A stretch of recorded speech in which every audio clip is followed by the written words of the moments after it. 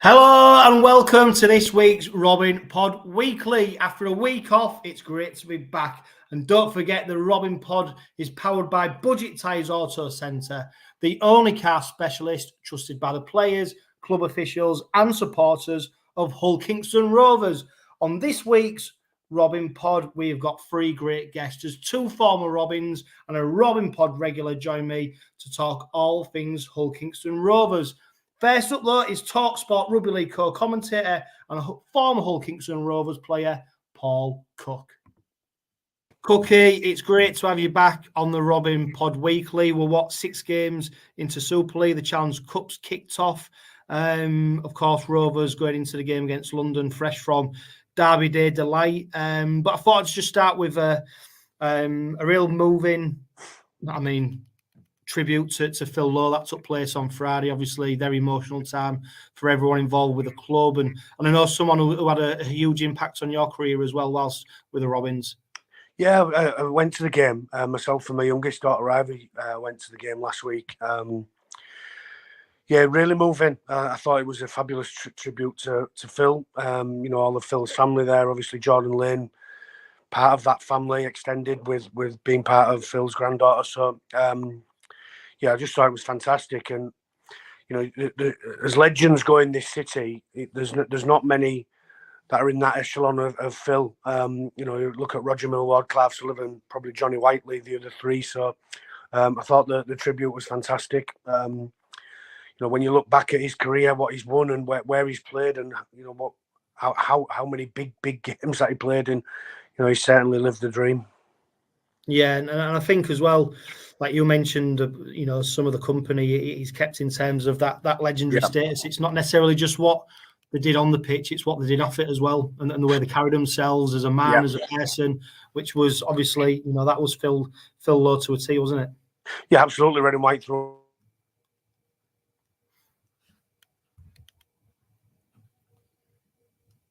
Yeah, absolutely. He was fantastic. As I said, just a little small tribute. The measure of the man. I was on a day off, and wasn't particularly in a good place at 𝗀𝗂𝗃𝗧 with the club. With some stuff that was happening off the field, and I get a knock at my door, and that's Phil in the morning. Just put the kettle on and just to check if I was okay. So, yeah, that's just one small story which I've got that hold dear to me. But if you ask anybody, they've probably got a story that they can tell about Phil Lowe off the field as much as on it. Yeah, very sad, but well played to a club for marking Phil Lowe's passing the way they did. If we look at Rovers' start to the season, Cookie, what are they? 4 wins, 2 losses during the quarter-final Challenge Cup. What have you made of Willie Peters and the Robins start to the season? Well, I think what there will be is they'll be disappointed not to be 6 from 6 and still in the Challenge Cup. I think when they went to Salford, there was undone by one player, and that's no disrespect to Salford. I mean, Salford have beaten some very big teams. Obviously, they've got some scalps, and they're a very good rugby team. The following week when they came back home against Warrington, everybody expected them to bounce back, and Sam Burgess' team hung in there and got a result against 𝗀𝗂𝗃𝗧. So I think they'll be disappointed not to be 6 from 6, but that doesn't mean the start of the Super League season hasn't been good for them. I think it has. 2 derby wins in that, obviously. So, yeah, they're travelling along quite nicely, aren't they? And I expect them to get better, and I'm pretty sure that Willie Peters does as well. So, right now they're in a really good spot, and they may well have a sticky patch throughout the season, but as every team does. But we hope that doesn't happen. So, I'm really, really happy for Willie and the staff and the players. I think they're a very, very good rugby league team that are deservedly up at the top end of the table.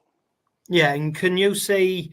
I mean, obviously, it's still the early rounds of Super League, and the seasons. We're getting closer to that magical 10-game marker, which what coaches seem to use as a real a point to judge where they are in the season.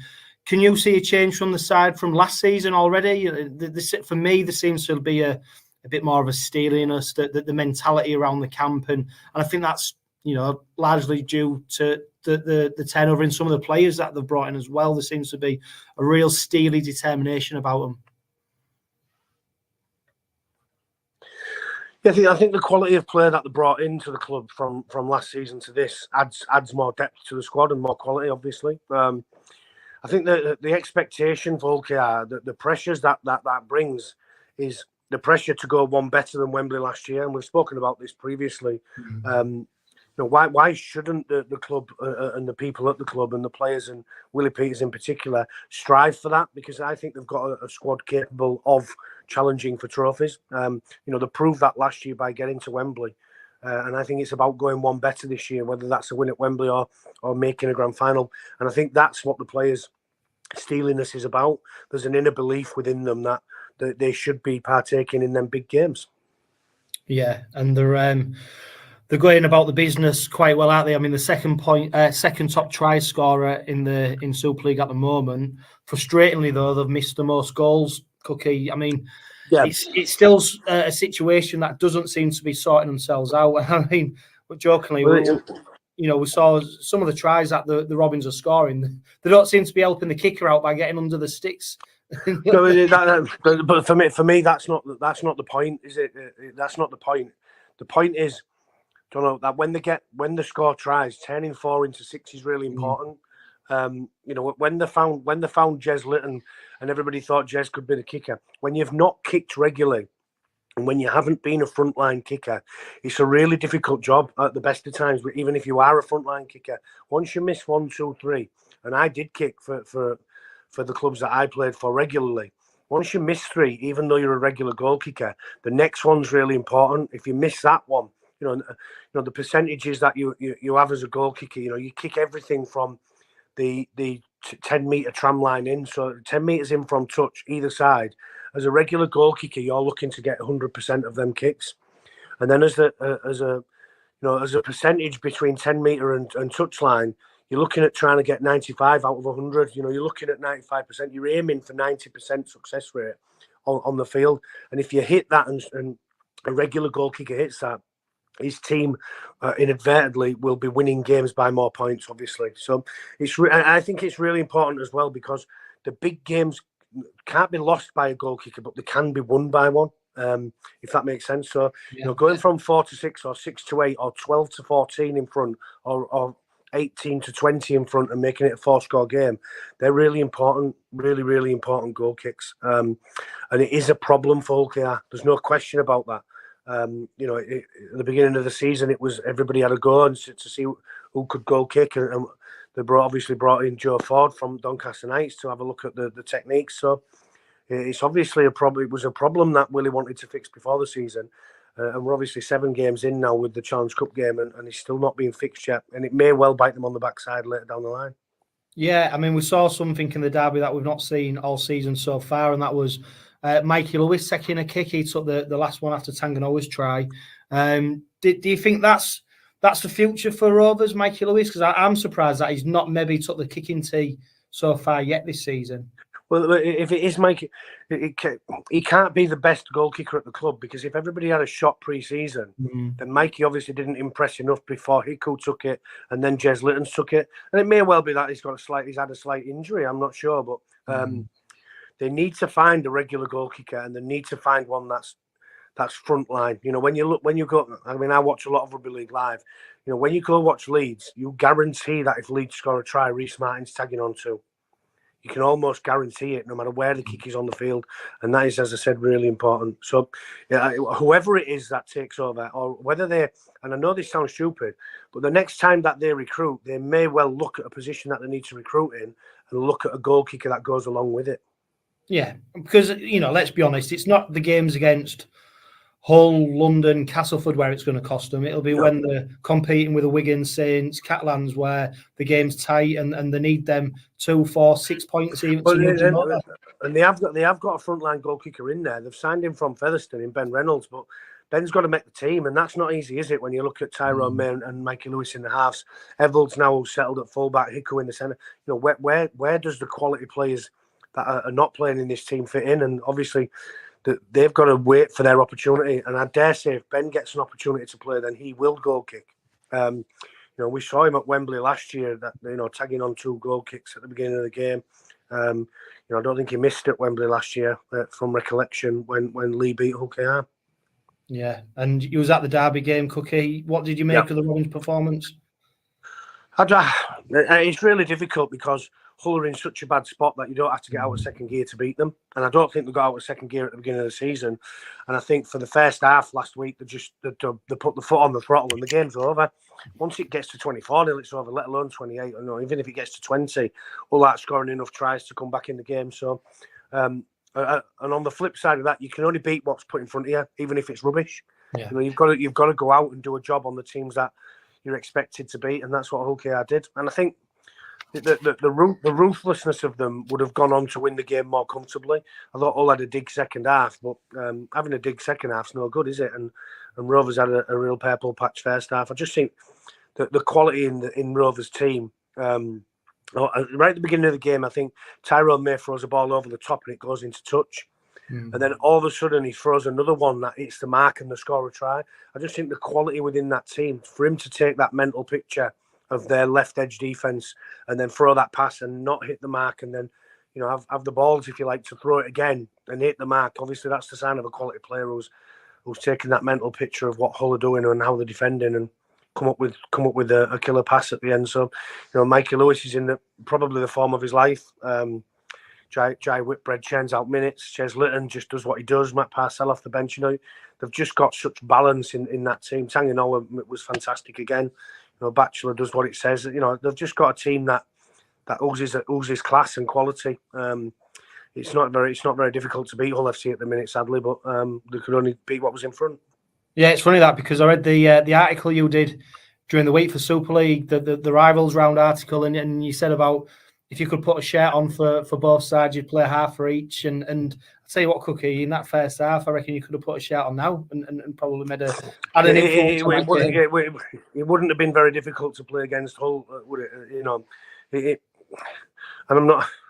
They're in such a bad spot with regards to the way that they're playing that anybody that goes in there, that's you know, when you look at the players that they had on loan in Bullock and Russell, they was their best two players when they played London.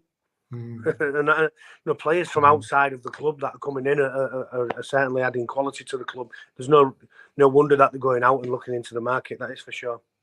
Yeah, and when you cast your eye over the rest of Super League, Cookie, we seem to have Castleford, London, and Hull grouped together. Then you look at the top, probably Wigan, Saints, Catalan, and then there's a bit of a middle group there, isn't there? Or you could even maybe split that, you know, with Rovers, Warrington, maybe Leeds. Is Super League started the way you expected it to? Yeah, I think so. I think everybody expected Castleford and London and Hull to be at the bottom. You know, that's no disrespect to them teams, but everybody expected that. I think Castleford are still winless. So yeah, and I think there's a middle group of teams that are fighting to be in that top echelon of teams, and I think Rovers are the closest. I know Warrington beat them, but I still think 𝗬𝗂𝗧𝗏 are the closest to that group of three at the top. And when you look at Catalan, they're so difficult to beat at home, so difficult to go over to France and get a result. So you almost say 50% of their games, because they played at home, are going to be wins for them. You know, then they go away from home and produce, you know, rugby league like they produced last week. And arguably their best players still on the books at 𝗬𝗂𝗧𝗏. So you've got Wigan and Saints do what Wigan and Saints do. And I went into Wigan to spend the day with Matt Peat and the staff there. It's one hell of an organisation, one hell of a smoothly run machine at Wigan, and they're looking to create a dynasty. I think you know, the news today that Bevan French has just re-signed a 4-year deal to them. You know, they've got all of the spine of their team on long-term deals, and then the building around it. They're going to be up there for a long time. And Saints obviously then go and beat them last week, so they prove that they're still worthy contenders to trophies. So I think breaking into that top three is going to be really difficult, but I think it could become a top four with 𝗬𝗂𝗧𝗏. Yeah, and you know, you mentioned Matty Peat there, just signed a new long-term deal with a club. He's going to be there for a good few years yet. Is it too early to be talking about Willie Peters' contracts? And obviously he came in on a 3-year deal. He's 1 1/4, I suppose, season into it. Is it too early to be talking about? I think the difficulty with Willie Peters and the difficulty with overseas coaches is that they have a strong desire to go back and coach in the NRL. I don't think Matt Peat has that. I think he's going to be at Wigan 7 years with Thomas Uluwai and Sean O'Loughlin. The continuity of that club's obviously that it is a long-term one. But it depends on what ambition Willie's got to go back to the NRL and become an NRL coach, and whether any jobs come up over there. And we saw Justin Holbrook come over here on the crest of a wave, having taken St Helens to 1 or 2 grand finals and won 1 or 2 grand finals.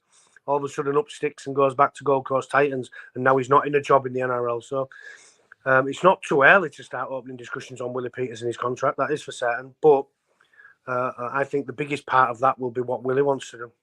Yeah, I suppose the challenge of that is when someone comes knocking, you don't know when the next one's going to come, do you? So the opportunities don't always present themselves as readily as you might want them. But he certainly seems to adapt it to life in East Hull very well, doesn't he? And what's impressed me, Cookie, is we talked about Phil Lowe, and as a man, as a person, Willie Peters seems to be installing and instilling a right way of behaving, signing players who are not just good players on the pitch, but the way they conduct themselves in training. And for me, Willie Peters seems very much the leader of that side, and someone who, when he speaks, you listen, because he's very driven. He seems very driven to me. He's got a clear purpose and a clear goal, and nothing's going to make him deviate away from it. He makes some tough calls. I mean, Tom Opacek to be dropped from the team was a tough call. That's an overseas signing that he's left out of the team. It's a difficult. I don't think it was a very difficult call, but he had to admit defeat in my eyes with regards to 𝗬𝗂𝗀𝗏 and fullback and 𝗁𝗚, because Niall looked so comfortable at fullback, and 𝗬𝗂𝗀𝗏 looked so comfortable in the centre. So he makes some tough calls, and I think he's just solely driven to make 𝗬𝗂𝗏𝗏 a force to be reckoned with within the competition and to win trophies, and nothing's gonna make him take his eye off that. So I think everybody around him, the players for certain, that they stay solely driven and focused because of Willie. I think he's doing a fantastic job at the club. I think he's immersed himself within the community. He understands the club. He understands the history of the club. I think he's just, he's been since he come over, he's just completely immersed himself within the club and made sure that the right people are honoured and the right people are looked after. That the players pay respect to people like Phil and obviously Rob Crossland, who sadly we lost not so long ago as well. I just think he's solely driven to make 𝗬𝗂𝗏𝗏 better, and the players follow that lead. Yeah, and then lastly, Cookie, we'll take on London on Friday, and then we've got the quarterfinals of the Challenge Cup, and then we play the current top 4 in our next 4 games. Obviously, that period won't define the season, but it will tell us. It will tell us what possibly this Kingston Rovers side is possibly going to go on. I don't think it's about the results against them teams. It's about the performance against them teams. You can go out there and lose the game, but still leave your mark. In a performance which says we will get you. In a big game, we'll get you. If we're in a knockout game, we're in it. We're going to be in it. I think we already know that with 𝗬𝗂𝗏𝗏. As you say, it won't define the season, but the performances will certainly give them confidence moving forward into the games that take place for the trophies at the end of the year. So it'll be an interesting period for 𝗬𝗂𝗏𝗏. Really interesting period. I think the losses against Salford and Warrington are early season losses that you can have, that teams do have. But they were, the best teams don't start playing until July, June, July, August. When the big games come along, that's when they hit the peak. And I don't think that's going to be next month for 𝗬𝗂𝗏𝗏 as much as it's going to be next month for the current top 4 that they're playing. And there's Paul Cooke, for me, one of the best pundits, analysts, whatever you want to call him, out there, and of course, a former Kingston Rovers. If you're watching live on YouTube or if you're watching on X, it'd be great to get your opinion on Willie Peters and whether the time is right to be entering contract negotiations with him. We've seen Wigan do something similar with Matty P and tie him down to a long-term contract. Is now the time to be tying down Willie Peters to a long-term contract? So let us know in the comments. During the chat with Paul Cooke, Steve Bucknell over on YouTube, he questioned, are London stronger than Hull FC? Great question, Steve. For me, I think they're a different type of challenge. And like we mentioned in that chat with Cookie, they do concede a lot of points. Hull obviously were able to match the Robins in a derby game. Whether London present us with a different challenge is yet to be seen. As mentioned in previous Robin pods, I'm always keen to shine a light on every aspect of Hull Kingston Rovers, in particular the women's side, who are going chasing the dream of entering the Women's Super League. I caught with former Hull Kingston Rovers women's player and Out of Her League podcast host Stacey Mowforth to get her opinions on Hull Kingston Women's start to the season. Stacey, it's great to have you back on the Robin pod. I think last time I spoke to you, it was just before the start of the campaign for the Rovers women's side. Since then, they've played one league game, and obviously they've started the Challenge Cup campaign as well. We've seen a game called off against Sheffield. What have you made to the women's side start to the season so far? First of all, thanks for having me back. I don't know how you can call it at the minute. They obviously started well with winning the league, but then they've come up against two strong Super League teams. But I think that they've had a big learning curve in the games that they've played so far. Yeah, and I think when we spoke before, we did mention about, although there's been huge strides made in the women's game, obviously there is still a big gap, isn't there, between the women's Super League sides and the Championship sides. And Rovers started this season with a 16 points to 4 victory over Salford. They saw the next league game against Sheffield unfortunately called off, and then they entered the cup, and we've seen them defeated 74 points to 0 against Huddersfield, and then they suffered another defeat, 90 points to 0 against Leeds. But I suppose them two results unfortunately do just show and highlight where the gap is between the Championship and Women's Super League. Yeah, definitely. And I think those games, although it is disappointing to be on the end of those scorelines, I've said it before, that they will learn a lot, but it'll also show them where they need to be and what they need to do to get there. Because after the 122-0 defeat against York last year, their season progressed so much better than it did before, because it lit that fuse in them, and it showed them this is what they're going to have to play against if they go up in that league next year. Yeah, and they'll Ben and the girls will be delighted, won't they, to start off the season with a victory over Salford away at their place. I suppose in terms of the Championship, it is going to be tight, isn't it? There's going to be very competitive games. I mean, they've got Leigh coming up next, who are in the Championship. We've got them in the Challenge Cup, and I guess that'll be a good barometer for where they are at the moment, because they're currently topping the Championship.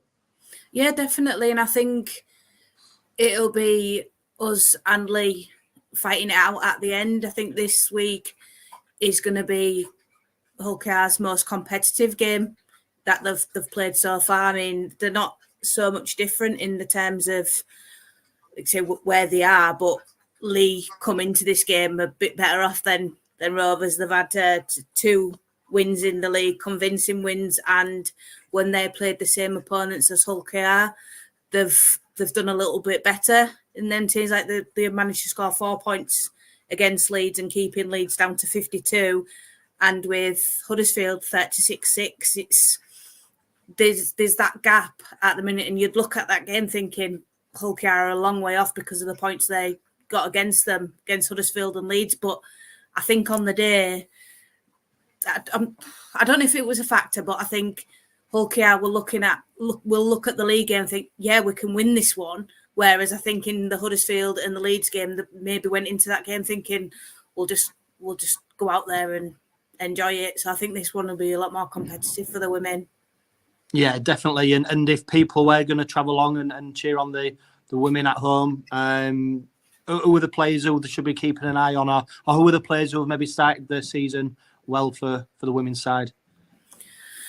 I think it's the usual suspects: Lowe, Brown, Kayleigh Bullman, Carla Nolan, Alia Brewster. But there's a lot of youngsters that perhaps getting overlooked, but one to watch. Bethany Rushman as well. I've watched her for a long time. She's come through, and I think think you can't write any of them off, but I think they're the main people that are on the scoreboard every week, on people's lips every week. They're the names to watch out for. Yeah, and people might have noticed as well, it's not just the women's side who've started their season. The girls teams in the pathway, they've also started their season, and it's great to see that they're trying to put together this sort of conveyor belt of talent, so that hopefully if they do reach the Super League, which is what everybody wants and definitely what the club wants and what all the players will want, that it's sustainable because they've got a talent pool, they've got players coming through. You know, it's the same in the men's game, isn't it? You need these young players coming through because not everybody's going to go on forever. And the fact that they're now starting their campaign and more girls have got the opportunity to play rugby league is fantastic. And I think I saw Mighton Warriors over here, West Hull. They're starting to produce teams in the community games. So we need more girls playing, don't we? And the more opportunity that they've got to play is only a positive. Yeah, definitely. And East Hull as well. They're starting a girls' team, and it's so good to see both sides of the city not just producing fantastic male rugby players. They're now producing fantastic female rugby players, and it gives girls and boys starting out. This is where I can go. I could be playing against Leeds Rhinos in a Challenge Cup game. You know, it's so good for the city and rugby league as a whole. Yeah, it's funny you mentioned that because the women's side got to play as a curtain raiser to the men's game at Huddersfield. They got to go out on the John Smith Stadium pitch and play the game there. And I suppose they're the aspirational things, aren't they? I mean, for Huddersfield, it's great for them. Their players that they're getting to go onto the same pitch as the men and get equal access in that game. But also for the Rovers women's side, the fact that they're able to go out there because, you know, let's be honest, some of them players, this might be as good as it gets for them. And these opportunities, you know, might seem a long way, you know, a long way off a while ago. Now, you know, it's great that they're getting this opportunity as well. Yeah, definitely. And I was there at the Huddersfield game, and every single one of them, they had the phones out. There was Snapchat in the stadium, and even the Huddersfield players as well. It was just, it lifted everybody, like playing at stadiums like that. There's no other feeling like it. Every time you go onto a rugby pitch, it always feels brilliant. But when you go out on a stadium in front of because there was a lot of fans there at Huddersfield, and it just lifts you thinking, this is what it could be like. This is what it is. This is my reality. You never lose that sense of pride when you step out onto any stadium. Yeah, definitely. And we're not that far away from the start of the Women's Super League season. That starts on Friday, April the 19th. Who's your money on for lifting the title? Do you know what? I think I'm going to go with Leeds Rhinos this year. I think they've recruited so well. And I think the top four is going to be so competitive this season. Obviously, York are going for all the trophies this year, and St Helens. But I honestly think the way Leeds Rhinos have recruited this year and brought on the youngsters from last year who have gained so much confidence, I think I'm going to go for Leeds Rhinos this season. Yeah, it's going to be a really interesting season for the Women's Super League. I mean, there's more investment going into the teams. I think, is it Leeds who've started paying expenses or paying a wage to the players? There's Leeds and there's also Huddersfield, but Huddersfield are paying 2 players.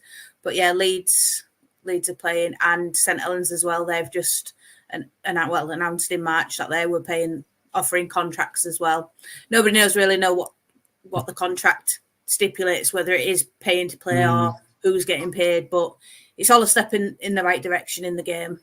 Yeah, and Stacey, I mean, I've just seen that the NRL, I think they're increasing the teams in their Women's Super League, their NRL competition. And maybe, Stacey, is there an opportunity for you to go over there and play? Because I know you've just finished playing, haven't you? He's still got one eye on me going down under. I don't know in what capacity I'd go down there. Maybe carry the water on for him. My 4th retirement, I don't think I'll do a 5th in Australia. Yeah, just tell us about that game, because was it Sunday that you played at, was it Featherstone? Yeah, the Winter League final, my team got to the final and won 64-0, and I'm still suffering now. But it was a brilliant day and a good way to bow out. And is that it for you now? Is that the fourth and out, that no more returns, or do you think you could be? Do you think you could be tempted to one more time? Well, if 𝗀𝗂𝗃𝗧 ever need a prop off the bench, I'm sure I could be persuaded. Yeah, and Stacey, obviously, you do your own podcast. Tell us a little bit more, because you spoke to Ben Parker, didn't you, the Rovers women's head coach, and that was I'd urge anyone who was listening or watching this now to see that out, because it was a really interesting listen. And like you say, Ben's a man of a few words, but when he does speak, you really do listen to him. So you're bringing up Ben again. You know how much I love talking about Ben. It was an absolute pleasure to speak to Ben, somebody who's been a part of my journey, and he was the first male voice in our podcast as well. And it's good to speak to coaches, especially like Ben, that have been there from the beginning. He can see how the game's going. And it was good to get him on the back of a win as well, because I think if they would have lost, I don't think we would have got to speak to him. He said himself he's the worst person to be around when there's a loss. Yeah, and Stacey, I tell you about winning. You're creeping up that prediction league table, aren't you? I mean, I think 36 is your favourite score at the moment. I don't think there's been a game where you haven't predicted that Rovers going to score 36 points. But yeah, he's slowly creeping up.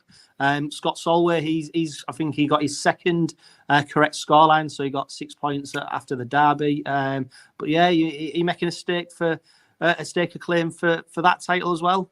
Yeah, I'll be coming back. I'll be coming from this weekend, and I think I might change 36. I might go against the grain and go a bit higher this time. But yeah. I'm not the best with predictions. I'll just throw it out, and I think I'm being spontaneous. But obviously, by the 36 every week, I don't think I am. But yeah, it'll be a bit different this time. I'm coming for you, Scott. How great is Stacey? And Stacey will be joining me throughout the season to discuss the women's side and everything that's happening in women's rugby league. So make sure you tune in when Stacey is on the Robin Pod. I posed a question before we spoke to Stacey about whether the club should enter into contract negotiations with Willie Peter with a view to tying down on a longer-term deal. Bazarul's watching on YouTube. He's saying, I definitely think we should extend Peter's contract. He's just so part of the club and the culture, and he's very driven and motivated to take our club forward. I can't remember a coach who spoke as well as Willie Peters does about the club and the future. I also believe since Peter's been in charge, we've had a bit more exposure across the NRL, and because of it, Willie makes our club more attractive to overseas players signing for us. Derek Barkham chips in, yes, Bazza, with a bit of help from Skids as well. Matt Gregson, yeah, absolutely, tie down Willie ASAP. And Michael Morton just says, yes. So I think they're pretty unanimous in their backing of giving Willie Peters an extended contract. Right, let's get into that Derby Day demolition of that lot from across the river with Robin Pod regular Graham Turner. And it's trying to predict that. Graham, welcome back to the Robin Pod Weekly. A man who currently sits joint top of the Robin Pod Predictions League on a firm 18 points. Seems to be getting some of these results right and very close with the scorelines. Graham, welcome back. Like I said, how are you doing? I'm all right, Matt. Thank you. So, some would say it sounds like he knows what he's talking about, but I'll leave that for other people to decide. Yeah, I mean that's a bold claim to make. There's plenty of rugby league left to be played at this stage, isn't there? Graham, absolutely. You come on the Robin Pod fresh from Derby Day delight. I mean, I suppose now we know what decks they've plummeted to. A victory is more par for the course rather than anything to really celebrate, isn't it? And I suppose seeing their performance against us on Friday, albeit as good as the Robins was, really did show us what a hole they've sunk into. And it was great to see, I must add. I took great delight in viewing their demise. But let's not concentrate on that lot. Let's concentrate on the fantastic Hull Kingston Rovers victory, a performance that almost left them able to put the queue on the rack in the second half.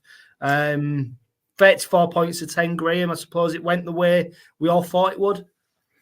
it did until 𝗂𝗂𝗏𝗧 spoilt my score prediction with 10 minutes to go. Otherwise, I'd have been bang on with that. So yeah, it is obviously good to get the Derby Day result in the bag.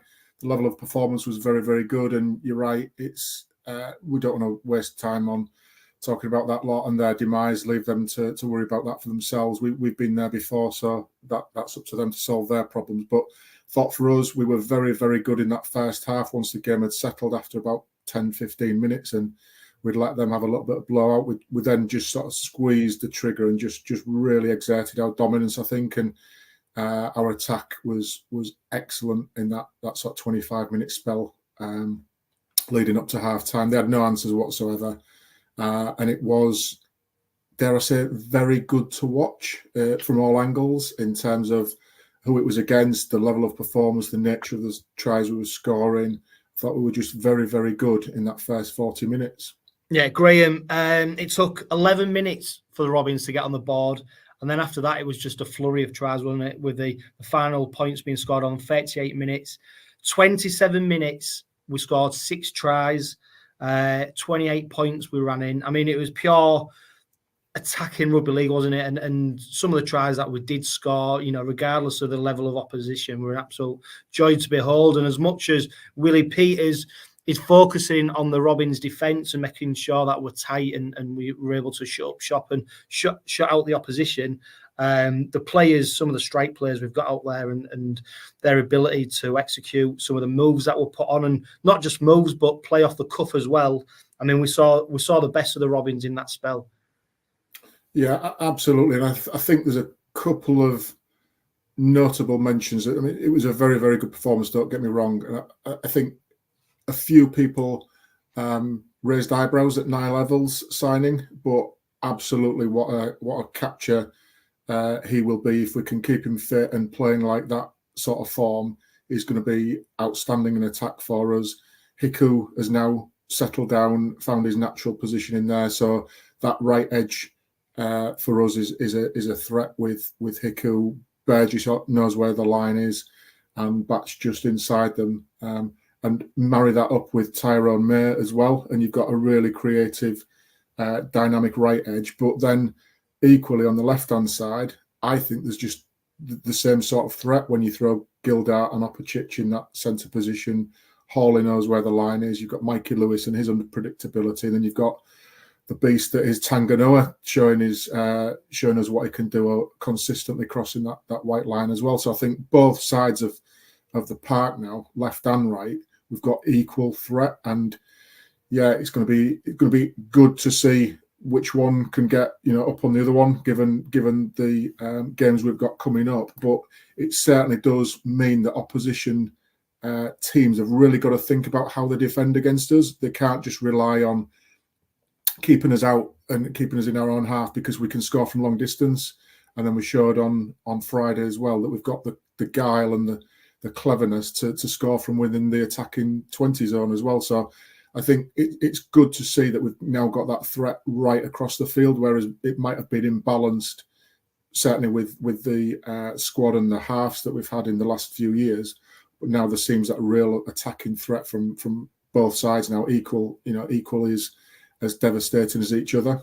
Yeah, it's a good point to make, because last season it was definitely an issue, wasn't it? We'd sewn up that left-hand side and we were such a threat going forward with Sean Kenny-Dowell, Kane Lynette, Ryan Hall, but we didn't seem to have that threat over on the right edge. And that was for a number of reasons. One, injuries, personnel changes.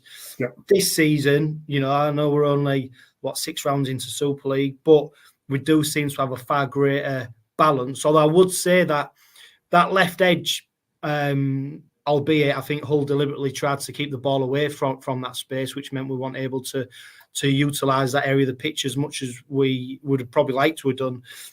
I do think 𝗬𝗏𝗏𝗏𝗏 don't offer as much as Gildart does in attack. And we've seen Hall and Gildart build a nice partnership, haven't we? And as solid as 𝗬𝗏𝗏𝗏𝗏 is in defence, and he really does solidify us there.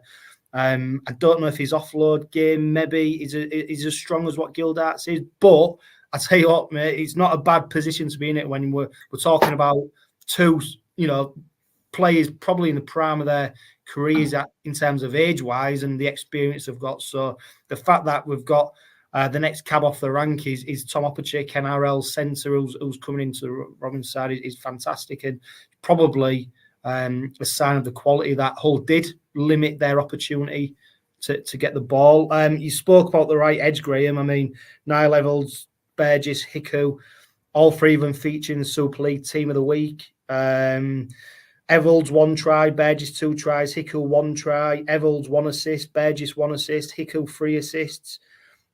And you only have to look at the work they got through with the ball in hand. 25 carries from Evalds, 22 from Burgess, 21 from 𝗂𝗂𝗍𝗲. Evalds making 199 metres, Burgess 189, 𝗂𝗂𝗍𝗲 144. Evalds average gain of 8 metres, Burgess 9 metres, 𝗂𝗂𝗍𝗲 7. I mean, you know, the trio really did put Hull to the sword, and it's not just them, is it? Because obviously it's the play from Main, Lewis, it's the work of the forwards to get us in good field position. But them three, once they did get their opportunities, took them, and you know, the move from 𝗂𝗂𝗍𝗲 from fullback to centre. You know, not many coaches would fall on the sword a little bit and make that change, would they? Some coaches would almost want to prove people wrong, and I suppose it's testament to 𝗦𝗣𝗢𝗏𝗍 that he's bold enough, brave enough, whatever you want to call it, to not admit he's wrong, because he was never wrong in the first place, necessarily playing 𝗂𝗂𝗍𝗲, but to revert back to something and try something different, and now we're paying dividends. Yeah, absolutely. And again, just on that point, 𝗂𝗂𝗍𝗲 didn't look overly comfortable at fullback, and Evalds likewise didn't look overly comfortable out wide. So that swap seemed natural to most. But you're right, it's one of those things that, you know, fan power isn't always the right decision. But actually, the coaching team have decided that switch was needed, and it's absolutely paying dividends. And you look at, you know, certainly the last 3 games, Salford, Huddersfield and Hull, the tries we've scored, the amount of times that May, 𝗂𝗂𝗍𝗲, Evalds and Lewis have their hands on the ball in the build-up to the try, it's phenomenal, the sheer number of tries we've scored. So we get those guys in good position, like you say. It's not they can't do that on their own. They've got to do that on the back of lots of hard work in defence, building that pressure, building that platform, etc., and then allowing them to play. And once they do play, you know, as I said there, I don't know the exact number, but you look at the contribution that they've all made in either scoring or assisting or having their hands on the ball in the lead up to a try, it will be a high percentage of our scores.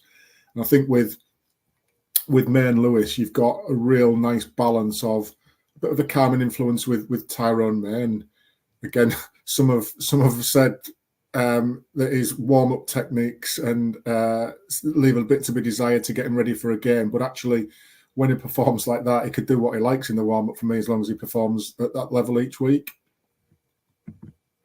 Yeah, 100%. And, you know, his partner, I don't know about you, Graham, when you're trying to pick your try of the game. I did like Tangan always in the second half, but, I mean, Mikey Lewis gets applauded for his score, doesn't he? I mean, you saw the break from Evalds, glides in between the 2 Hull defenders, offloads to Lewis. And Lewis, to be fair to him, still got a lot to do, hasn't he? But you just saw the pace, the power, the determination, and then he shrugs off Danny Houghton for the final tackle to go over the line. And probably for me, that try there, Graham, epitomises everything Michael Lewis is about now, but also when Rovers get in full flight, what they're capable of. And it was one of them tries where, although when you watch it back on TV, which I have done, and it's pretty a fast try, at the ground it almost was in slow motion, because you could just see him going through the gears.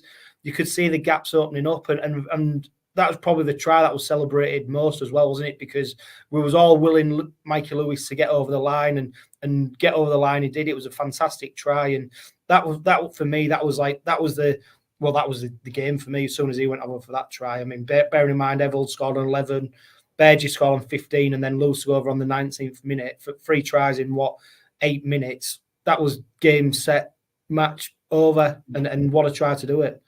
Yeah, absolutely. I think you're right there, but I think if you wound the player back 30 seconds or so, it all comes from a good, solid defensive set that forces a kick from deep in their own territory that 𝗲𝘆𝗲 collects about 30 metres out pretty much on the fly, unopposed. So that just doesn't happen without hard work from the defence side of things.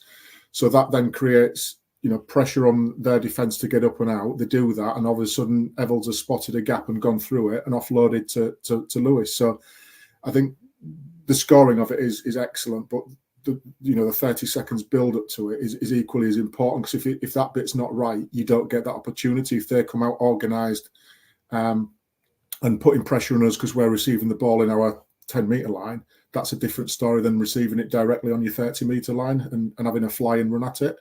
So I think that there's a lot of work gone into it. But I listened to Willie Peters' press conference as well earlier on today, and he was talking about the boys in attack. Sort of, he calls it heads up footy.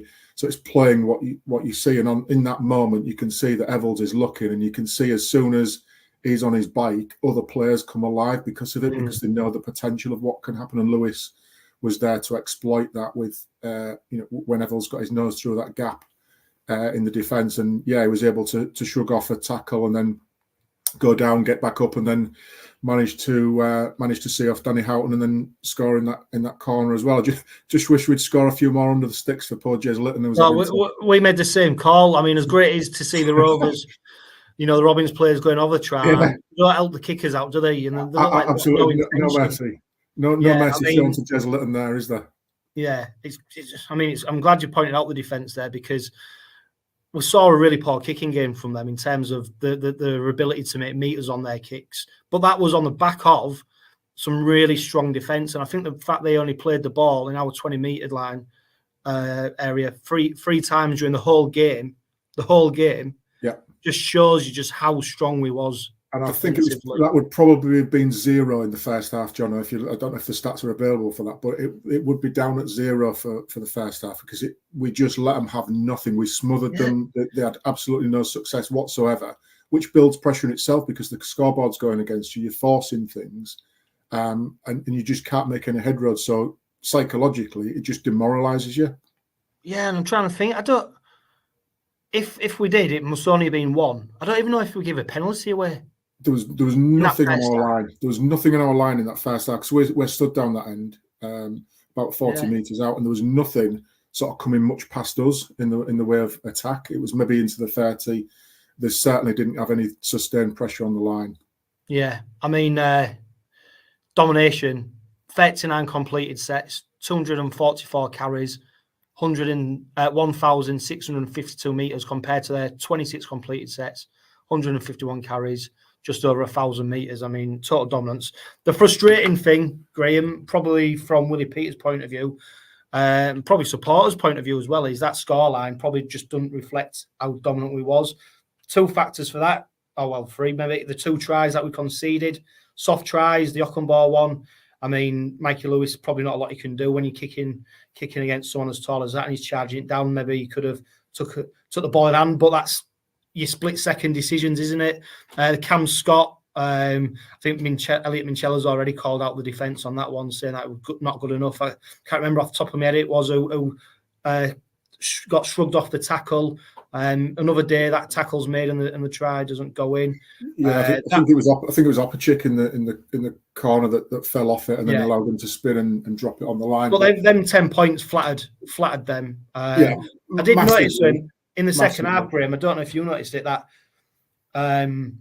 we seemed to go away from our attacking game in terms of the way we spread the ball out wide. We seemed to come inside a bit more.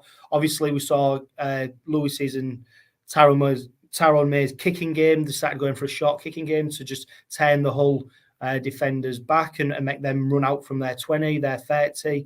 And although it wasn't the free-flowing attacking rugby we saw in the first, it was very effective in stopping them from scoring and getting any decent field position. And then the Ṱanganoa try was just the icing on the cake, really, wasn't it, in terms of putting the game to bed. I love seeing Ṱanganoa when he's in full flight. We saw it against Salford. I mean, to be fair, he did come up against Jack Charles when he went over for that try, but he was still the man he had to beat. Absolutely steamrolled him. Great try for him, and that was signed, sealed, delivered. I suppose the introduction of Jack Charles made it a little bit more competitive, a little bit more interesting for that lot. But yeah, and I think that's if there's any bright spot that they've got, that was the only one that they could cling on to was clamouring for him to get more of a game next season. But I think you saw perfectly in the bits we've talked about there about he can provide them an opportunity in attack, but he got absolutely flattened by Tanganoa in that drive for the line that he did. He just literally ran through him. So defensively, is a young kid. Physically, he's a young kid as well in terms of his build. He can't stand up to big people like that running at him too often and come out on top. So yeah, there's a lot of development he's got to do. It's going to happen though, isn't it, Graham? He's going to be in the red and white one day. Well, yeah. Well, whether he does or whether he doesn't, that's. I mean, to be fair, we could offer them a 𝗬𝗄𝗃𝗍 and a £5 note, and it's probably Adam Pearson who will open his arms to a deal like that based on their finances at the moment. So quite possibly, yeah, quite possibly. If you think back 3 or 4 years ago, though, John, we were probably in the same position with Mikey Lewis. Yeah. In the fact that Mikey was 17-ish years, 18 years of age, coming fresh out of sort of academy. He looked like a little kid. Now he looks like he's bulked up. His physique is a lot better.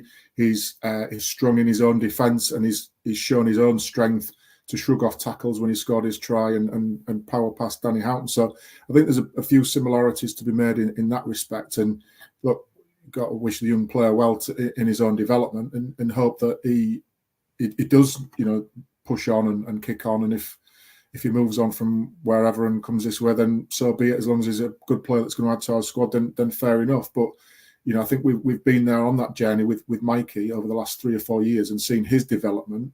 And look where it's got us by sticking by him and giving him the right exposure at the right times, and then allowing his creativity to come to the fore. And yeah, he's not the finished article just yet, but he's proving an absolute asset for us at the minute, and obviously one of the first names on the team sheet. But I think in that second half, John, I think if you go down 28-0 at half time, there's a lot of discussion going on at half time between the players, the manager, etc. So you've got to expect as an opposition coming back out to face a team that's had that, you've got to expect some reaction. And whether we were sat back waiting for it a bit, I don't know. Willie Peters talks about going away from some of the attacking principles that worked so well in the first half. We went away from those, which sort of needed fixing up. And look, it was a pretty sort of average 15-20 minutes in that period, and they got the tails up with that breakaway try, which then gave them the confidence. I think Minchella's right in that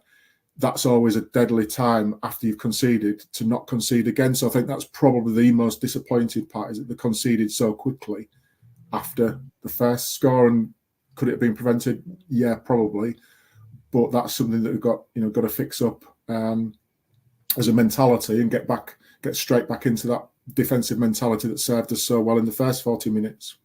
Yeah, and I'm going to have to correct myself as well, because as much as I said, Mikey Lewis's try was probably my favourite moment of the game, I think my second favourite moment was the moment Cam Scott went in for their second try, and I looked across at their supporters to see him celebrating, and I almost got the feeling that they thought there was back in the game, and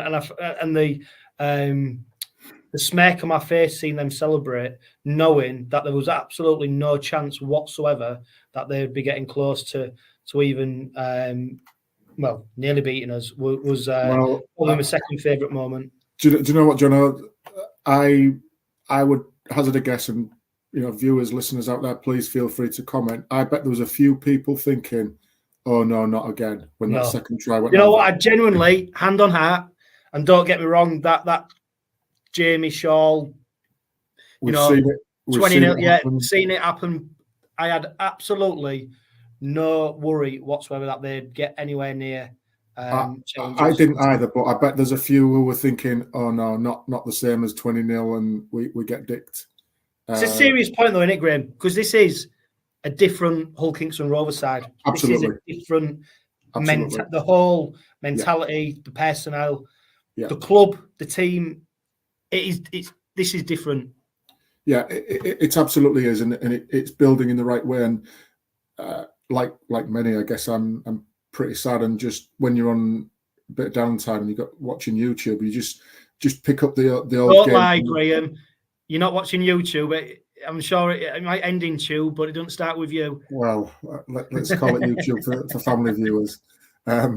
The derby last year, the Good Friday derby last year. You look at the team that we put out there, and compare it to just 1 year on, and the caliber of players that we've lost and the caliber of player that we've come in. Players move about all the time. I get that, but you've got the likes of Sam Wood, Senior, Reece Kennedy, all in there. Jordan Abdul, all not in our squad or in our team anymore. And you look at the players that have replaced them, and I think man for man, each one has improved the squad that's been brought in to do that. So it's worth having a look at the team sheets and seeing what progression we could make. Then that squad led us to where we got to, last season. Hopefully, this squad can progress in the same vein, and who knows where we'll end up.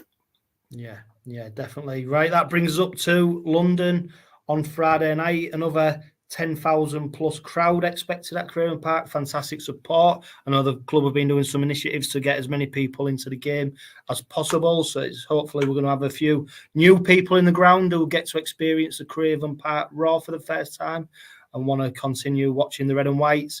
Some more stats for you. Hull Kingston Rovers over the 6 courses of Super League are averaging 22 points a game scored.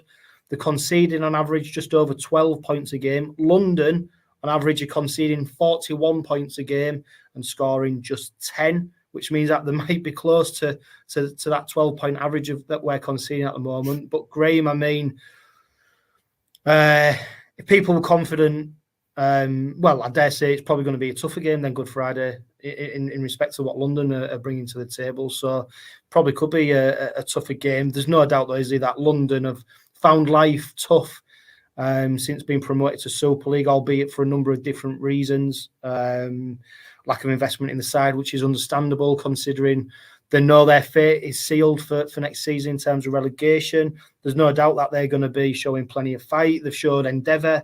They're probably a 55, 60-minute team in that they can compete for as long as that. But once the opposition get a sniff, they're able to put points past them with ease out. So, I mean, you don't want to be too disrespectful, but, I can't see anything other than a Hull Kingston Rovers victory on Friday night.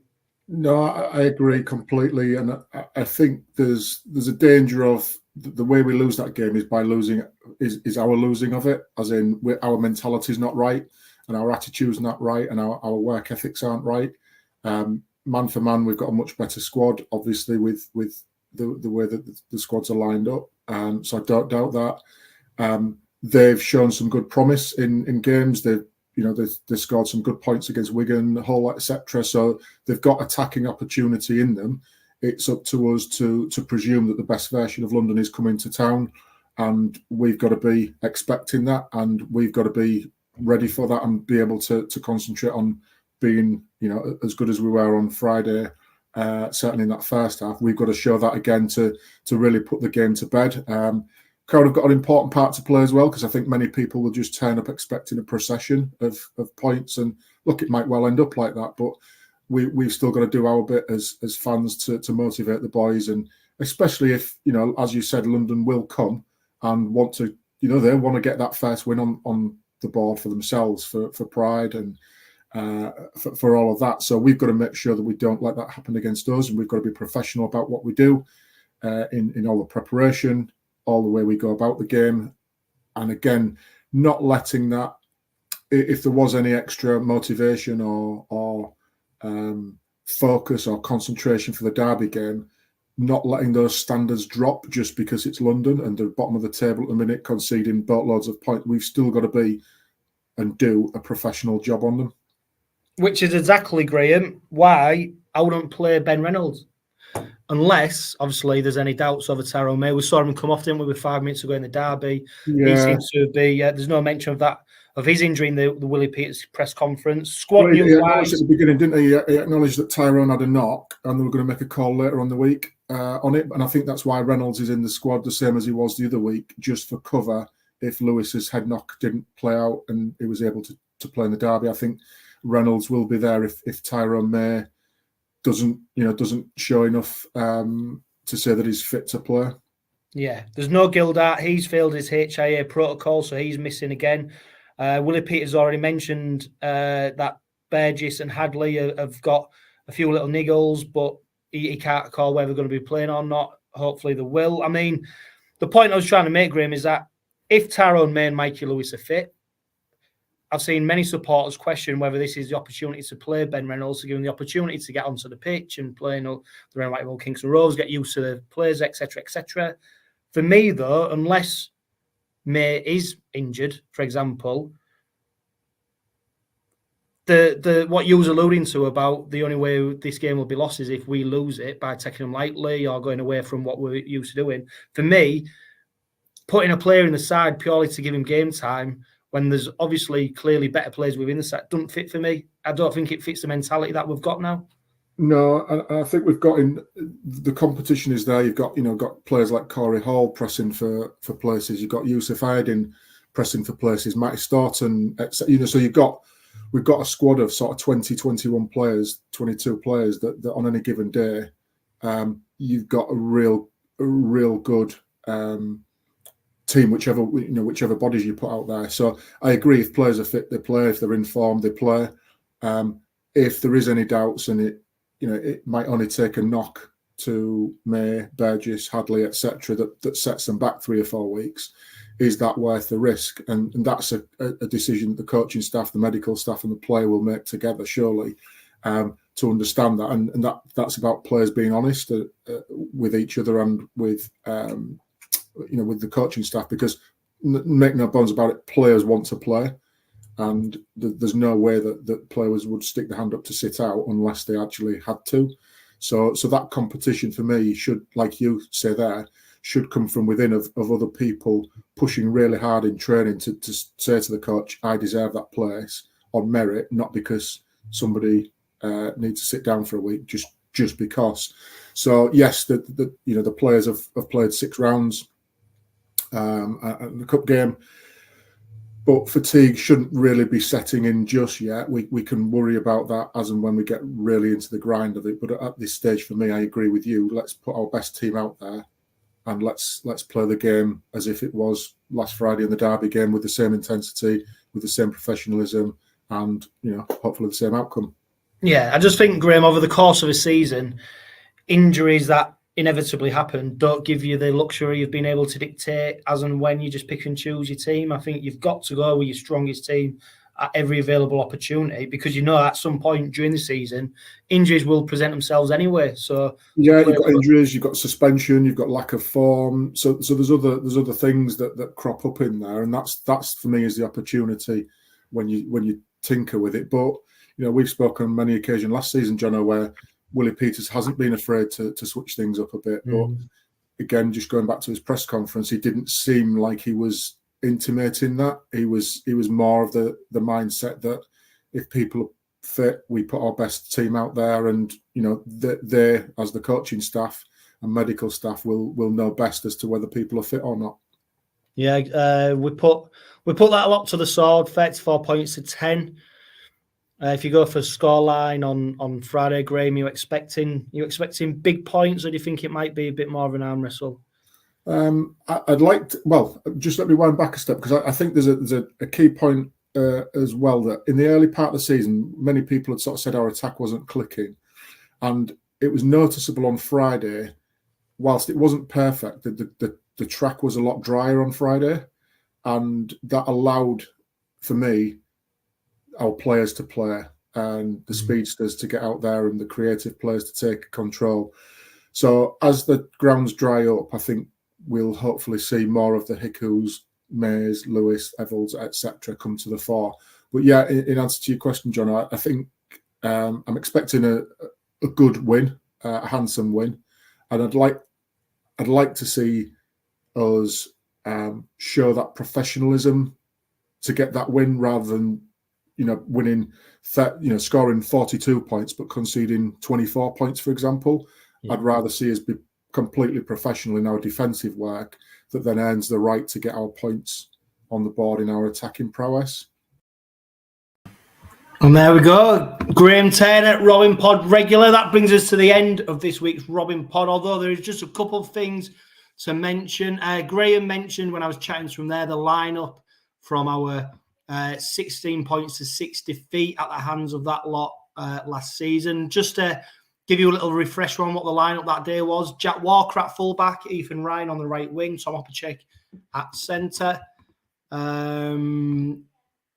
Sean Kenny-Dowell at left centre, Ryan Hall on the left, Rowan Milnes and Mikey Lewis in the halves, Reece Kennedy and George King starting props with 𝗬𝗓𝗏, the hooker, Jimmy Kynehorst, Kane Lynette in the second row, and Dean Hadley at loose forward with an interchange bench of Matty Parcell, Matty Staunton, Louis Johnson and Sam Luckley. So yeah, I'll leave that to you to compare this current lineup from the Good Friday derby and that lineup. And Glenn, he says, why don't you think Mikey doesn't kick goals? He's done it throughout his career. So I've just dug out some stats. He's on 93 career appearances at the moment, 90 club appearances. He's kicked 37 goals during his 90 appearances. He kicked 1 whilst on loan at York. He kicked 7 in 7 games whilst at Newcastle Thunder. 15. Sorry, I'm reading completely wrong stats, so ignore what I'm just saying. He kicked 1 with the York Knights. He kicked 15 with Newcastle Thunder. And he's kicked 21 with Hull Kingston Rovers. And last season, he kicked 13 goals in 31 appearances. So it's yet to be seen, isn't it, whether Mikey Lewis is the future goal kicker for the Robins, or whether we're going to persist with 𝗬𝗓𝗏, Bachelor, and who knows, even Ben Reynolds might get a chance sometime this season. Whether it's Friday night or not is yet to be seen. If you're heading to the open training session tomorrow, please give us a wave and come over, and be great to chat to you about Hull Kingston Rovers and the Robin Pod. A huge thanks to everyone who's tuned in to the Robin Pod on YouTube and on X, and of course to everyone who's listening on podcast. Hopefully you'll recognise that the sound issues have been sorted out and the sound quality should be a lot better now. So apologies for any problems in the past, and thank you for sticking with the Robin Pod. Of course, this is powered by Budget Tyres Auto Centre, the only car specialist trusted by the club officials, players and supporters of Hull Kingston Rovers. For now, live, love, laugh and be happy.